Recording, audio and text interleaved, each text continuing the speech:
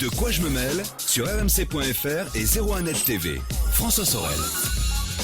Et c'est une petite révolution que nous allons aborder maintenant dans De quoi je me mêle avec mon invité qui est en fait le responsable de l'innovation et de la veille chez Boulanger. Je suis ravi d'accueillir Jean-Philippe Alain. Bonjour. Bonjour François. Alors Jean-Philippe, vous êtes, donc je le disais, vous faites partie de la société Boulanger qui commercialise de l'électroménager mais aussi de la hi-fi, de la vidéo, etc. On est tous rentrés dans un magasin Boulanger, ça il n'y a pas de souci, on sait ce que c'est. Ce qu'il y a de nouveau, c'est le concept d'API 3D. Et on va parler maintenant d'impression, d'impression 3D, parce que c'est quelque chose qui est en train véritablement de bouleverser notre quotidien. Vous avez lancé API 3D, qui est un service en fait qui va nous permettre d'imprimer des petites pièces d'accessoires qu'on ne retrouve pas dans le commerce traditionnel. C'est ça ? Exactement, on a lancé une plateforme, api3d.fr, qui permet de retrouver les modèles de pièces détachées pour pouvoir les imprimer soi-même si on le souhaite, ou de les faire imprimer si on n'a pas d'imprimante 3D. D'accord. Avec des pièces détachées qu'on peut commercialiser pour certaines, mais comme vous venez de le dire, certaines ne sont pas commercialisées et certaines sont en rupture, si vous avez un vieux produit par exemple, et donc ça permet de retrouver certaines pièces détachées. Alors, bon, des exemples, il y en a plein. Vous êtes venu avec votre petite collection d'objets imprimés en 3D. Par exemple, regardez ça, c'est un truc tout bête. Alors là, vous le voyez un petit peu.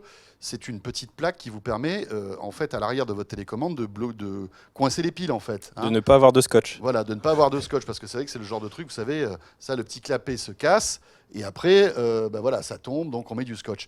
Donc ça n'existe pas en pièces détachées. C'est-à-dire, c'est pas un accessoire qu'on va trouver. Exactement, le cache-pile de votre télécommande, c'est pas un accessoire, enfin, ce n'est pas une pièce détachée que l'on vend aujourd'hui, que les constructeurs vendent. Aujourd'hui, si vous cassez ça, vous mettez un scotch ou vous rachetez une télécommande universelle. Et avec API 3D, on vous permet de télécharger ce modèle-là et de l'imprimer si vous avez une imprimante 3D pour quelques centimes de plastique. Ouais, c'est ça qui est dingue. Et c'est ça la révolution de l'impression 3D. Donc ça peut être, on l'a dit, un petit cache télécommande, mais il y a plein d'autres objets. Alors, ce n'est pas des gros objets. J'imagine qu'il y a des limitations en termes de taille. Aujourd'hui, les limitations, elles sont liées en fait aux machines que l'on vend, aux imprimantes 3D. Globalement, aujourd'hui, les imprimantes 3D grand public, on va avoir des proportions qui sont de 15-20 cm en ce qu'on appelle en X, en Y et en Z. Pour les 3 dimensions, donc 3D, à peu près 20 cm. C'est pour ça que parmi les pièces les plus grandes qu'on peut faire en hauteur, on retrouve le suceur de l'aspirateur, par exemple. Le suceur d'aspirateur, voilà. Quand on le casse, on est bien embêté. Ou quand on le perd, on est bien embêté aussi. Quand on le perd, en effet. En plus, là, il est orange, donc c'est plutôt cool. Donc, cette pièce-là a été imprimée en 3D. Cette pièce-là a été imprimée en 3D. On le verra un peu avec certaines vidéos, comme on peut voir. C'est une technologie qu'on utilise. C'est une des technologies de l'impression 3D qu'on appelle en dépôt de fil, où il y a l'imprimante qui va venir déposer des fils très très fins, couche par couche, pour créer véritablement ce produit. Ouais, on se dit que c'est en fil, mais ça ne doit pas être costaud, mais c'est hyper costaud, quoi. Enfin, je veux dire, franchement, c'est... Il y a certaines pièces qui sont plus résistantes que les pièces originales faites avec des moules. Ouais. D'accord. Alors bon, on l'a dit, ça c'est l'une des plus grosses pièces. Qu'est-ce qu'on peut aussi imprimer comme petits objets ? Alors des petits objets, on va retrouver des pieds par exemple, et on va avoir, avec la technologie de l'impression 3D, pouvoir faire également des pièces qui sont souples. Avec du plastique qui est du consommable puis un tout petit peu différent, chauffé à une température un peu différente, qui va être résistant et qui va être à la fois souple également. D'accord. Mais ça sert à quoi par exemple ? Ça, c'est un pied que vous pouvez retrouver sous votre frigo ou sous un micro-ondes par exemple. Ça évite que votre micro-ondes il commence à basculer. Est-ce que ça peut être par exemple, je ne sais pas moi, le bouton d'un four ou le petit machin du grille-pain qui pète, des trucs comme ça ? Oui, alors là on va retrouver par exemple le bouton d'un four. On a l'exemple et des clients qui viennent tous les jours chez nous en disant voilà, j'ai une vieille gazinière ou j'ai une gazinière où j'ai perdu le bouton de mon four. Qu'est-ce que vous pouvez me proposer ? Et donc là, on peut lui vendre un nouveau bouton, mais parfois, si encore une fois la gazinière est trop ancienne, on peut juste ne pas avoir de bouton. Et grâce à API 3D, on propose juste de lui trouver une nouvelle solution et de de lui permettre de retrouver l'usage de son four. Avec un petit bouton comme ça, et des boutons, on en qui ne retrouve... sera pas forcément complètement ressemblant à l'original, mais qui rentrera dans, le petit, dans la petite pièce. Dans le pas en fait, Oui, voilà, de la gazinière, et qui permettra, en fait, et c'est le plus important, de retrouver l'usage de son produit. Et de ne pas le jeter, en fait, parce que c'est trop bête, à cause d'une petite pièce comme ça en plastique, de jeter son produit. Alors, je disais, c'est vrai que c'est pas... on ne peut pas dire que ce soit hyper beau. C'est-à-dire qu'on voit encore qu'on a un produit qui est relativement grossier en termes de finition. C'est-à-dire que si par exemple on a un super four, je sais pas moi, de Dietrich, je sais pas quoi, avec un petit bouton hyper design, etc., l'impression 3D ne pourra pas reproduire à l'identique ce bouton. On est d'accord? Bon, après, la beauté, c'est assez relatif. C'est vrai. Mais Bien joué, bien balancé. L'objectif, c'est de se dire, aujourd'hui, on va mettre à disposition le modèle. Les technologies de l'impression 3D évoluent très vite. Tous les ans, on a des nouvelles machines qui sortent, on a des nouveaux consommables qui sortent. On peut déjà, avec certaines imprimantes, alors professionnelles cette fois-ci, imprimer en métal, avec certains aciers, et retrouver l'aspect fini un peu de certains boutons. Après, on peut, sur certains plastiques également, pouvoir les retravailler par la suite, mettre une petite résine pour pouvoir retrouver un aspect fini du bouton. On parlera tout à l'heure du futur de l'impression 3D et votre avis justement sur comment peut évoluer cette impression 3D. Mais auparavant, moi j'aimerais bien comprendre comment ça marche. Donc je vais sur Happy 3D, qui est un site qui a été dédié. J'ai cassé par exemple le suceur de mon aspirateur. Déjà, est-ce que je vais trouver toutes les pièces de tous les aspirateurs ou pas? Pas encore. L'objectif avec Happy 3D, c'était de lancer une démarche, que ce soit en interne, mais avec nos clients également, et de se dire, on va se focaliser sur les pièces qui sont les plus demandées, et on va se focaliser sur les pièces qui sont techniquement possibles également, et on va mettre en ligne, et on va commencer par quelque chose, et on va commencer par s'adresser à une centaine de produits. Donc c'est une centaine de pièces détachées qui s'adressent à une centaine de produits, et on voit les produits correspondant sur les fiches des modèles. On se rend sur happy3d.fr. Avec le moteur de recherche, on va taper la référence de son produit, le nom de son produit ou la référence de la pièce détachée. WZ22A. On peut taper lave-vaisselle sinon, si c'est plus simple. On va trouver toutes les pièces qui sont disponibles. Ou sinon, dans l'autre sens, on va sur boulanger.com, on va sur la fiche, les caractéristiques de son produit, et à côté de la notice de votre produit, on va retrouver un lien vers happy3d.fr si les pièces sont disponibles. D'accord. On identifie la pièce et on appuie sur le bouton télécharger. À partir de là, deux solutions. Soit vous avez une imprimante 3D. Donc je vais télécharger le fichier, en fait, comment dirais-je, le modèle. Le modèle de la pièce en 3D, avec toutes les informations qu'il faut. Exactement. D'accord. Je vais télécharger le modèle et je vais pouvoir le mettre dans mon imprimante 3D si j'en possède une. Avec des préconisations d'impression que l'on donne sur la nature du consommable qu'on utilise, la densité qu'on préconise par exemple pour imprimer cette pièce. Mais aujourd'hui, on le sait, le taux d'équipement en imprimante 3D est relativement faible encore. Donc on a décidé d'aller plus loin et de se dire comment on peut faire pour mettre en relation des personnes qui ont des imprimantes 3D avec des personnes qui ont besoin d'en utiliser. Où est-ce qu'on peut trouver des imprimantes 3D en fait? On peut en trouver chez son voisin, on peut en trouver dans des Fab Labs, dans des lieux de création, on peut en trouver dans des universités et dans certaines entreprises aussi. Dans certains lieux publics aussi, je crois. Dans des imprimantes 3D. Il n'y avait pas la Poste qui avait lancé une initiative comme ça?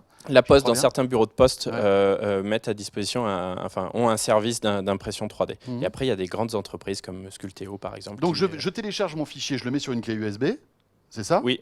Globalement, c'est ça, une carte SD. C'est ça. C'est ça.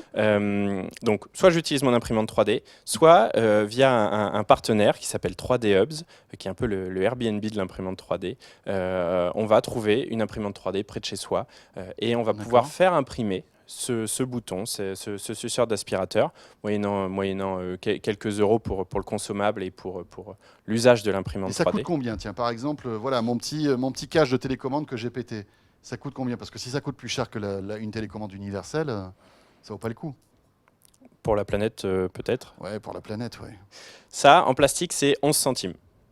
Si Donc, j'ai une imprimante 3D, en plastique, c'est 11 ça centimes. me coûte 11 centimes de matière première, on va Oui, dire. exactement. D'accord. Après, il faut rajouter bien sûr l'électricité, mais ça correspond Ouais, un peu à bon, une d'accord. console de jeux vidéo, l'électricité. Et si maintenant je loue les services d'une imprimante 3D, ça Ça va me coûter ça combien? peut être 4, 5 euros, 6 euros, Ouais. parce qu'il y a un peu il y a un peu de manipulation par la personne qui possède l'imprimante 3D.